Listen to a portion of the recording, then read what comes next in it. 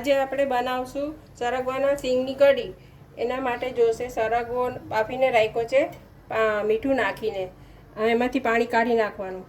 એમાં જોશે રૂટિંગ મસાલા, ધાણા જોશે ગાર્નિશ માટે, એમાં લસણ વાટેલું જોશે, લસણની ચટણી પણ નાખશું આપણે, છાશ જોશે અને ચણાનો લોટ જોશે। ને આપણે હવે ગેસ ચાલુ કરશું અને શું તેલ આપણે વઘાર માટે તેલ નાખશું, એમાં મેથીનો વઘાર કરશું। તેલ ગરમ થાય એટલે આપણે મેથી નાખશું। મેથી તેલ ગરમ થાય પછી મેથી નાખીએ આપણે,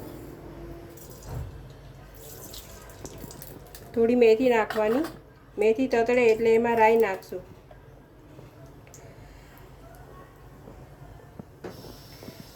રાઈ મેથી થઈ જાય એટલે આપણે રાઈ નાખશું। થોડીક અધકચરી થવા દેવાની, કડક, એટલે એનો સ્વાદ સારો આવે।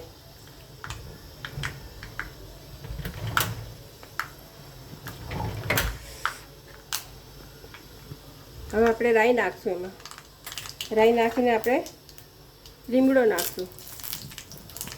હવે આપણે એમાં લસણ નાખશું।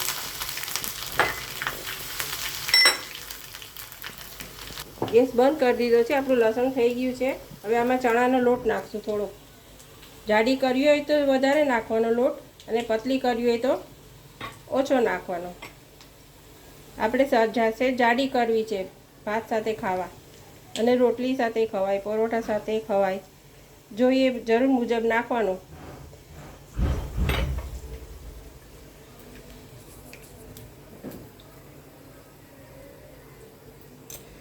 આપણું તેલ થઈ ગયું છે, હવે આપણે મસાલા કરશું। ચણા એમાં મસાલો કરીએ આપણે, ચટણી નાખશું લસણની, ધાણા જીરું, થોડી હળદર નાખશું અને થોડું મરચું નાખશું। મિક્સ કરીને આપણે વઘાર કરી દઈએ।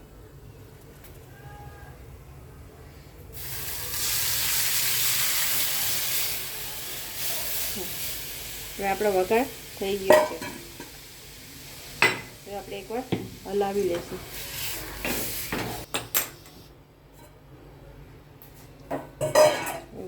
ગોળ નાખવાનો છે, એમાં મીઠું નાખશું।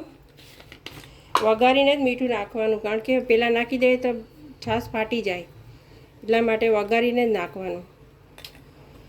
મીઠું નાખ્યું આપણે, હવે આપણે ગોળ નાખશું, જરૂર મુજબ નાખવાનો। ગોળ મીઠું ખાતા હોય એવું, અમારે થોડું ખાટું મીઠું ભાવે છે। અમારા કાઠિયાવાડમાં છે ને થોડું મીઠું વધારે ખવાય છે, એટલે ગોળ થોડો વધારે નાખું છું।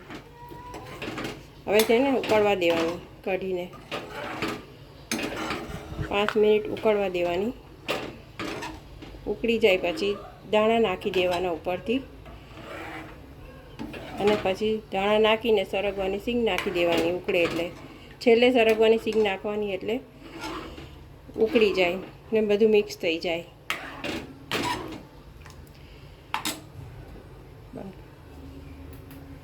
હવે આવી રીતે આપણે વઘાર દીધી ને, હવે હલાવતું રહેવાનું, એટલે નીચે બેસી ન જાય।